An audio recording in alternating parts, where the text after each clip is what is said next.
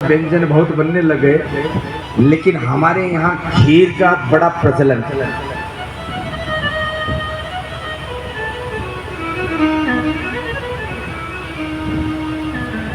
तो सब बालकों को गुरुदेव ने आज्ञा दी कि यथाशक्ति अपने घरों से दुग्ध लेकर आना है। किसी को कह दिया चावल लेकर आना, किसी को कह दिया चीनी लेकर आना, शर्करा लेकर आना। अब सब बालक अपने अपने योग्यता के अनुसार, क्षमता के अनुसार लेकर गए, लेकिन एक ऐसा भी बालक था जिसके घर में भोजन की भी व्यवस्था बड़ी मुश्किल से होती है। उसने मन में सोचा कि माँ को जाकर कैसे कहूँ, पिता थे नहीं, अकेली माँ थी, एक ही पुत्र था, तो जानता था कि मेरी माँ कितनी मेहनत करके तो मुश्किल से 2 जून की रोटी कमा पाती है। कैसे कहूँ। लड़का आया अपने घर में, बड़ा सुस्त है। माँ ने पूछा, बेटा आज तुम्हारे मुख पर इतनी सुस्ती किस बात की, तू आज उदास क्यों है? तब उस बालक ने कहा, माँ क्या बताऊं, बड़ी विकट स्थिति में है। यदि कहूं तो मेरी माँ दुखी होगी और न कहूं तो मेरे गुरु दुखी होंगे। माँ ने कहा, बेटा तू बता तो सही। बेटे ने कहा, माँ गुरुदेव ने दुग्ध लाने के लिए कहा है। अब इतना गरीब था वो, इतना गरीब था कि उनके पास दुग्ध के लिए पात्र भी नहीं था। माँ ने कहा कि बेटा दूध हमारे घर में तो नहीं है, लेकिन तू एक काम कर, तेरा एक बड़ा भाई है। उस लड़के ने कहा, मेरा बड़ा भाई, और माँ तुमने बताया ही नहीं। बोले, बेटा अभी तो छोटा है इसलिए मैंने तुम्हें बताया नहीं। तेरा एक बड़ा भाई है, उसका नाम है गोपाल। तो एक काम करना, तुम्हारा वो कहाँ रहता है? बोले यहीं रहता है। जिस स्कूल जाता है ना, उसके रास्ते में एक स्थल आता है, वहाँ वो सेवा करता है। तू तो एक काम करना, जब रास्ते से जाओ तो अपने गोपाल भैया को कह देना कि गोपाल भैया मुझे दूध की जरूरत है। तो उस बालक ने कहा कि पात्र चाहिए माँ? तो और कोई पात्र तो था नहीं, एक छोटा सा एक पात्र था। माँ ने वो दे दिया कि यही मेरे पास है, तू इतना ही दूध लेकर चला जा। वो बालक गया, मार्ग में जो स्थान बताया माँ ने, वहां जाकर के वो बालक पुकारने लगा, गोपाल भैया, गोपाल भैया। अब आवाज आए नहीं। अरे माँ ने तो कहा कि गोपाल भैया है, और यहाँ तो कोई भैया दिख ही नहीं रहा। बेचारा दुखी हुआ कि अब तो माँ के पास भी नहीं जा सकते, क्योंकि इतने दूर चलाए हैं और गोपाल भैया मिला नहीं, तो अब तो हमें स्कूल ऐसे जाना होगा और गुरुजी जाते ही डांटेंगे। तो फिर वहीं बैठकर रोने लगा, गोपाल भैया माँ ने तो मुझे तुम्हारे पास भेजा, न जाने तुम कहाँ चले गए। इतने में ही जब वो रुदन करने लगा, आंखों से आंसू निकलने लगे, तो आवाज आई, अरे भाई क्यों रो रहा है? देखा तो उससे थोड़ा सा बड़ा एक और बालक खड़ा है।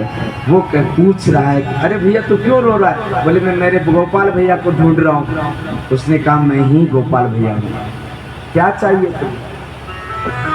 उस बालक ने कहा, माँ ने कहा है कि तू तेरे बड़े भाई को कह दे कि वहाँ से थोड़ा दुग्ध लेकर जाना। गोपाल भैया तेरे पास दूध है तो तू हमें दूध दे दे। गोपाल ने कहा, अरे दूध की क्या बात करते हो, ला तेरा पात्र दे दे, मैं तुम्हें दूध अभी ला कर दे देता हूँ। अब छोटा सा तो पात्र था हमारा, छोटा सा पात्र लेकर गोपाल भैया भीतर गया, और गोपाल भैया वापस ला करके देता है उस बालक को। अब बालक सोचता है कि इसमें तो कितना सा थोड़ा सा दूध है, बड़ी हंसी होगी हमारी, लेकिन क्या करें, अब इतनी ही व्यवस्था है। तो लेकर गया है महाराज। स्कूल में जाकर के देखा तो और सारे पतीले भरे पड़े हैं। चुपके से उसने अपने छोटा सा पात्र उस पतीले के पास रख दिया। सारा और जितने भी बालक थे, कोई लोटा भर कर लेकर आया, कोई बाल्टी भर कर लेकर आया, कोई पतीला भर कर लेकर आया। लेकिन उस बालक को शर्म आने लगी कि गुरुजी क्या कहेंगे, लेकिन यदि कहेंगे तो कह देंगे कि गुरुजी हमारी घर की स्थिति ठीक नहीं है।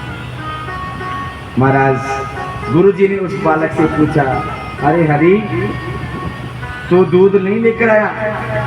हरि ने हाथ जोड़ करके कहा, गुरुदेव दूध तो लेकर आया हूँ। कहाँ है तेरा दूध? कहा उस पतीले के पास छोटा सा जो पात्र पड़ा है उसमें मेरा दूध है। गुरुजी ने कहा बस इतना ही? गुरुदेव हमारे घर में तो इतनी ही व्यवस्था है, ये भी हमारे बड़े भैया से मांग करके लाया है, घर में तो ये व्यवस्था भी नहीं। अब महाराज गुरुजी ने वो छोटा सा पात्र हाथ में लिया और जो और दूध पड़ा हुआ था उस पतीले में डालना प्रारंभ किया तो महाराज वो पतीला पूरा का पूरा भर गया, लेकिन वो छोटा पात्र अभी भी खाली नहीं गया। गुरुजी ने देखा, अरे ये चमत्कार कैसा हुआ। उस बालक से पूछा, हरि ये पात्र कहाँ से लाया और ये दूध कहाँ से लाया? बोले मेरे गोपाल भैया ने दिया। कहाँ है तेरा गोपाल भैया? अब तो गुरुजी समझ गए कि ये बालक के द्वारा लाया हुआ नहीं है, ये तो गोपाल कोई और ही गोपाल है। और महाराज गुरुजी ने कहा कि तेरे गोपाल भैया से हमें भी तो मिलाओ। हाँ गुरुजी क्यों नहीं मिलाएंगे, अभी लेकर चलते हैं। और वो बालक लेकर गया उस स्थान पर जहाँ वो स्वयं गोपाल भैया से मिला था। जाकर के पुकारने लगा, गोपाल भैया बाहर आओ, मेरे गुरुजी आपसे मिलना चाह रहे हैं। अब गोपाल भैया तो आए, लेकिन चमत्कार तो और ज्यादा हुआ। बालक को दिखाई दे, गुरुजी को दिखाई न दे। अरे कहाँ है तेरा गोपाल भैया? अरे ये खड़ा नहीं है, ये देखो ना ये खड़ा। गुरुजी ने कहा हमें तो नहीं दिखाई दे रहा। गुरुजी आपको क्यों नहीं दिखाई दे रहा? पता नहीं, मुझे तो दिखाई दे रहा है। गोपाल भैया मुझे दिखाई दे रहे हो, मेरे गुरुदेव को नहीं दिखाई दे रहे हो, ये तो अच्छी बात नहीं, ये तो गलत बात है। मैं यदि तुम नहीं दिखाई दोगे तो गुरुजी मुझे झूठा मान लेंगे और कहेंगे कि ये हरि झूठ बोल रहा है। इसलिए मेरी लाज रखो हे कन्हैया, हे गोपाल मेरी लाज रख दे, मेरी लाज रख दे। और जब रोने लगा तो महाराज गुरुदेव को भी गोपाल के दर्शन हुए। गोविंद मेरो है गोपाल मेरो है, गोविंद मेरो है गोपाल मेरो है, श्री बाके बिहारी नंदलाल मेरो है, श्री बाके बिहारी नंदलाल मेरो है, गोविंद मेरो है गोपाल मेरो है।